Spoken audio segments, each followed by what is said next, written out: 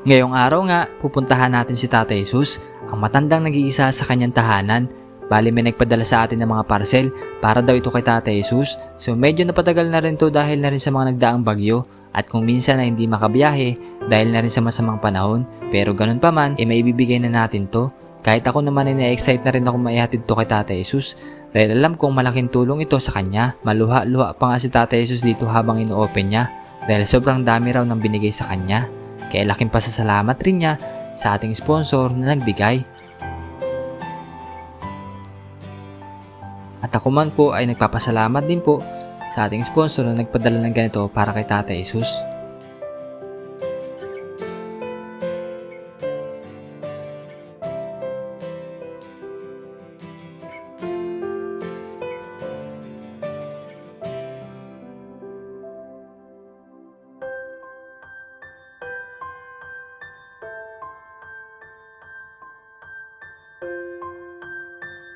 So hello mga babayan, dito tayo ngayon sa bahay ni Tatay Jesus para kamustahin mo sa 1 month din na hindi tayo nakakadala ulit dito.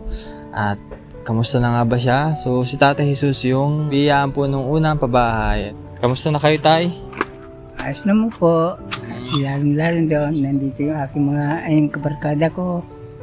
Tumulong sa akin. Ako yung nagpapasalamat po sa inyo. Turing pala sa ating Tatay, kabarkada, kapamilya, kapuso, kapatid. Oh, ngayon magpapasko pala, Tatay, matanong ko lang. Ngayon magpapasko, anong plano nyo? Saan kayo mag-celebrate? Kung ako po, hindi maalis dito, kung pumarito, yung mga anak ko, pwede ko. Pero pag halimbawa, madali na ako doon sa malalayo, ay hindi ko pwede. Kung gusto nyo dalawin dito, mapasko nga. Pero nung nakaraang taon ba, kamusta? Na dinalaw kayo dito, puntahan? Ay hindi naman ho. Ako napunta sa kanila. Kayo napunta doon? Pero ngayon ho, Ha? para kung nagtampo doon sa ano ko, yung nandito, Bakit na po? sabi ko, ito buga sir, pwede sabi mo sa iyo. Siya, ay yung anak ko yung bunso ko, nag-loan ng 2,000. Nagpariban? Pariban. Oo. Sabi ko, Ning, pwede ba akong makahiram ng kahit na 20 pesos, pabili ng kape? Eh, pinariban ko na ho. Ayun, hindi na ako nag-imit, umuwi na ako. Kaya hanggang ngayon, hindi ako napunta sa kanila. Ako alam mo sir, ako matampuin talaga ho. Hingi ka ng asukal at kapilaang. Oo. Oo, dahil nalaman mo na may pera yung anak po ninyo. Oo. Hindi kayo nabigyan. Hindi. Ano lang pong sabi sa inyo nung hindi kayo nabigyan? Sabi, pinariban ko daw. Pinariban niya. Hindi ako nag-imit. Baka naman po naubos na rin. Hindi ko No? Hindi ko alam. Kasi baka Talagang mamaya baka mamaya naubos na yung pera dahil sa nagpariban. Ano? So hindi ko rin masisisi si anak po ninyo na baka wala na rin mabigay. Baka rin, Tatay, wala din. Oo, tama Wala po din. yung inyo. Tama Wala po din. yun. Kahit isang tuka, gaya ko din po. Kung wala kayo, nasa mga kabarkada ko dyan. Pinariban niyo, nagbili ka kalating kabang bigas, tagal niyo maubos yan. Ayun, pariban. Pero sir, pagkatapos wala sila, sa akin ang takbo. Alam mo, wala akong hanap buhay. Anong yung gaya ng isang araw? Tay, kung mo dyan katisin sa pinabigas, meron ako. Hindi ako natanggi. Pero hindi ko sinabi, kung kayo meron, hindi man ako nabigyan. Sabi ko sa kanya. Meron ako bigas pa yun. Baga ganyan pa sa kulitas. Pero minsan saan nagagaling yung bigas po ninyo? Dami pong kabarkada ko doon. Ibig sabihin yung mga kabarkada po ninyo ay sila po nagbibigay sa iyo? Oo, natulungan ako. Nagbigay sa akin ng gulayin, ngayon ng patula, at saka yung saluyot. Nabigyan ako. Sabi nung Pero may mga anak po kayo na nagbibigay din talaga sa inyo? wala po. Ha? Wala po. Yung anak ko, kung magpunta ko doon sa badyang, yun sabi ko, yung lalaki ko, napunta ko doon, hindi ako nangihingi. Basta sabi, ano tayo yung kailangan mo? Sabi ko, hindi ako naimik. Siyempre, pag ako nagpunta doon, wala akong pagkain, wala akong ulam. Sila nang nagtatakal ng kanilang Sa bitak. Sila nagabigay din sa iyo. Oo. Yun po, pinakamabait yung anak ng lalaki sa Badyang. Kayo ay meron, sila nabigyan nyo. Opo, pag sila Pag- meron, hindi ako nabigyan. Kahit kaputol lista, hindi man ako nabigyan. Totoo, sir yan. Kaya, bigyan na, damtan din ang pero hindi ka makakon at paano kung makahanap ng pangkog. Ang katasasan, sir, dyan, yung kangkong, yun lang. Pasalamat ako sa kanila. Ako nabigyan. Sa kanya, binigyan ako ng konting bigas. Bumali naman yung anak ko dito. Tay, pera mo nga, pati 3 gatang na bigas. Binigay sa akin. Saka sa totoo lang makapaghatid tayo ng kaunting bigas sa ating magulang ay malaking tulong din sa kanya. Ay, oo nga. Lalo na sa ganitong sitwasyon ni Tatay Jesus na nag-iisa dito. Kahit na hatiran ng ulam o bigas, kape, malaking tulong na po sa kanya. Wala na po. Sana po wag po nating pagdamutan. Kasi kahit paano po ay magulang natin sila. Opo. Hindi natin kasi maiwasan magtampo din si tatay kasi ganun ang nangyayari. So, hindi natin alam din kung ano yung side ng mga anak, kung bakit ganun, kung ano yung sitwasyon nila, kung bakit hindi rin matulungan si Tatay Jesus. Kaya po, kung nag-daan dito mga pa, kay Jesus, bakit ka para kang malungkot? Hindi.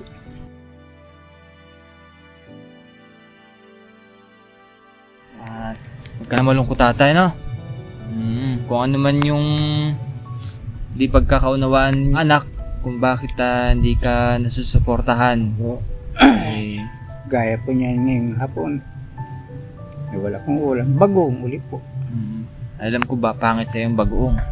Kasi At wala kong ulam ko niya. Walang ulam eh. Nagasahin ako ng sa umaga, isang gata. Tanghali, makain ng konti. Sa hapon, napagkasya ko po yung isang gata sa maghapon. No? Gusto ko lang tumipid. Yan mo na tay. Mahalaga wala tayong sakit at may sinasaing ka, no? Oo. Ako pinagpapasalamat Walay. sa inyo at saka sa Panginoon natin. Dahil naman talagang hindi nila ako pinabayaan. Kayo, hindi niyo pinabayaan.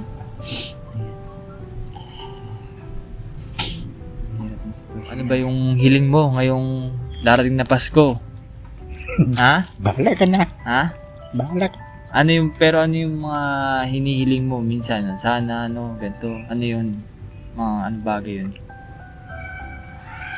Ha?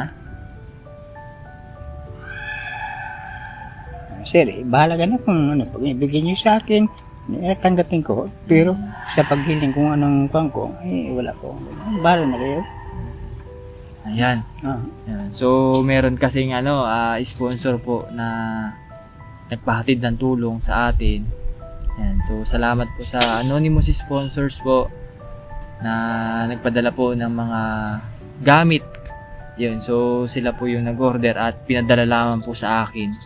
So, natanggap ko naman po at di ko na rin po binuksan para kayo na lang magbubukas. Ito. Kunin ko lamang po. Sige po. Ito. Tatay. Wait lang. Tatay, ang dami mong parcel na dumating. Ayan. So, ito raw ay napabayaran sa iyo. Ha? Napabayaran. Pwede po. 3,000 daw iri. Ha? Pwede po. Utang muna. Utang muna. Hindi, joke lang. Ito'y para sa iyo. Okay. Oo. At, yun nga. Ikaw na magbubukas nito. Buksan mo na, tatay. Ha? Oo, sa iyo yan. Buksan mo na. Para sa iyo yan. Lahat. Kasi sobrang dami na ito. Sir? Para po sa iyo yan. Salamat po, Ma'am Anonymous, na nagbigay po ng ganito para kay Tatay Jesus. Yan. Ha? Ay, iyak ka, tatay. Ha? Sa tawa po. Sa tuwa.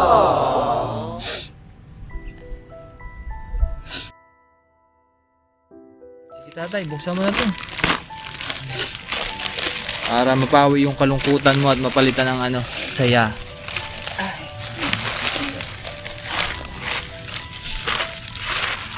Naman niya, tay. Tingnan po natin. Talagang Sige, tatay, akin na. Sige po. Para madali pa kasi yung ano mo eh. Kamay. Wow, ito pala yun.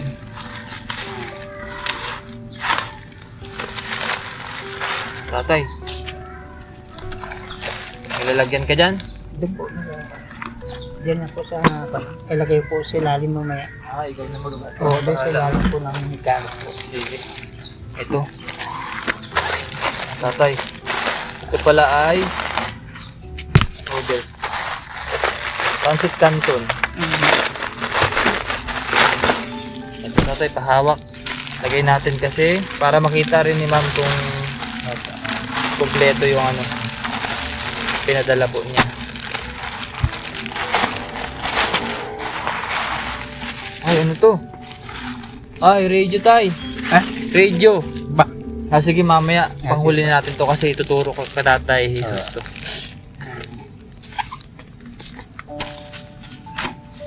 Ang bait na yung madaman. Ano to? Oh. Wow! Pancake, tatay! At yun, pancake nga pala lahat. Pancake. Pwede mo to kainin sa umaga, oh. Pag mo gusto magmerienda, lagyan mo lamang ng ano, ng egg. Isang itlog, ano? Ayan, tatay. Ang dami naman. Oh, tatay. Ayan, oh. Mamaya matatabunan ka na ng mga grocery. Walang balik po. Oo, basta meron tatay, no? Opo. Oo naman. Salamat po. Salamat din. Kasi po ang binigay sa akin. At ibitin ko po. Oh, Maraming salamat po. Sir? Ito tatay, oh. Arroz caldo, champurado. Champurado. Arroz caldo, tapos champurado. Ay, ano pong kwan dyan? Ang gawin dyan ng pagkalimbawa? Maglagay ka lang dito tayo. Sa champurado, maglagay ka lang tubig, tapos asukal. Pwede na. Tapos halu-haluin mo lang. Tapos dito naman sa arroz caldo, lagyan mo lang tubig. Okay na yan. Ito, nakakapagbasa naman ano? Ayun, kaya naman po ito. English Thai. Hindi ako marunong mag-English. English. Lagyan mo lang tubig. Ano kaya ito? Juice tatay, oh. Dito mo na lang lagay yung mga ano mo, pagkain. Oh, tatay, dito mo na, oh, para hindi ka na mahirapan dyan.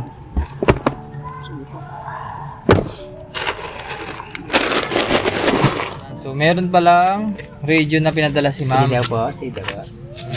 Ito, oh. Tama. Tama-tama. Ito pala yung solar, mga babayan, oh. Ano ito? Nakikinig ka ba ng radyo, tay? Oo. Ito pala, may nahigit pa dito. Bali tatay, yun, oh, nagana na, oh. Tay natin, sayang battery. Oo. Bali tatay, kapag gagamitin mo, or hindi mo gagamitin pala, kapag hindi mo gagamitin, ano mo sa araw, no? Tapat mo sa araw. Para mag-charge siya, no? Para pag yung gusto mo magsasayaw dyan sa bahay mo, di may sound trip ka. Sige. Eto, oh. Isa natin. Yun. Yan. Gana na, oh. Nagana na. Dito. Siyempre, dapat yung antena bubuksan natin. Para suabe.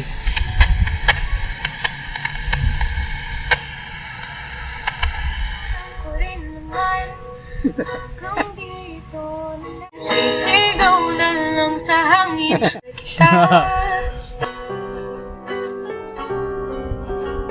Ang tatay, ang ganda, no? Kahit mahirap yun. Sakto-sakto talaga tatay yung kanta, oh. Sige, hawakan mo tayo.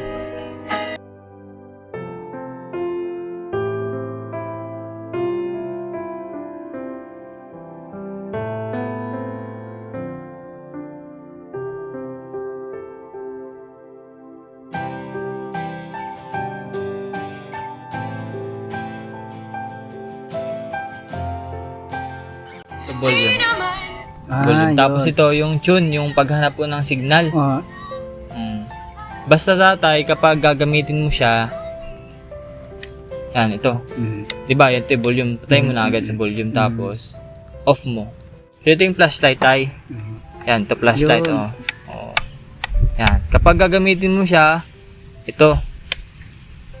Yan, oh. Ay, ito pala, mayroon pala siya naka-indicate. Okay. Ah, charger. Pwede pala siyang charge din sa ano, mga babayan, no?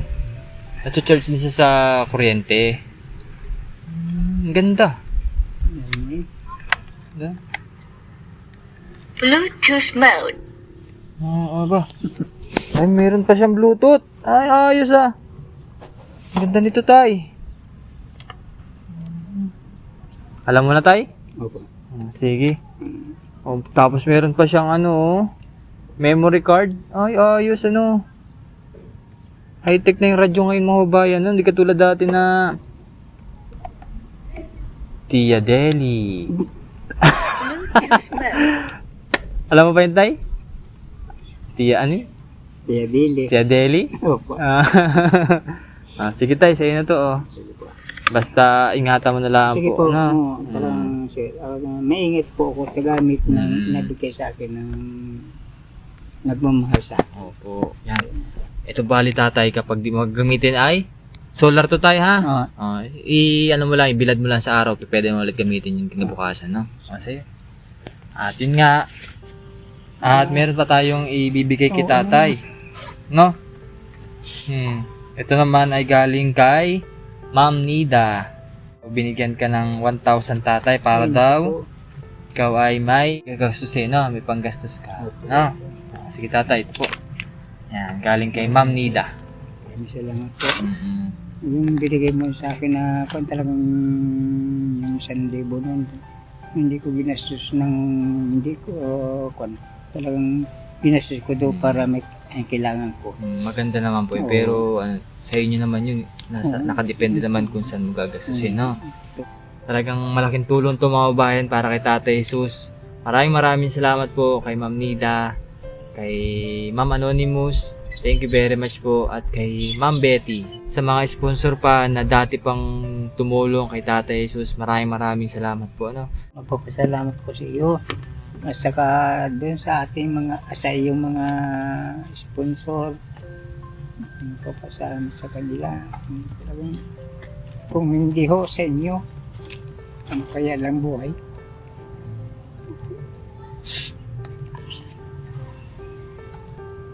Wala. Basta mag-ingat lang lagi kayo dito. Opo, At lagi na magdasal po, ano? So, hindi ko na papatagalin para ikaw ay makapagpahinga din, no? Opo. At maraming salamat po muli sa inyong panonood. At hanggang dito na lang muna update natin, no? So, thank you very much po.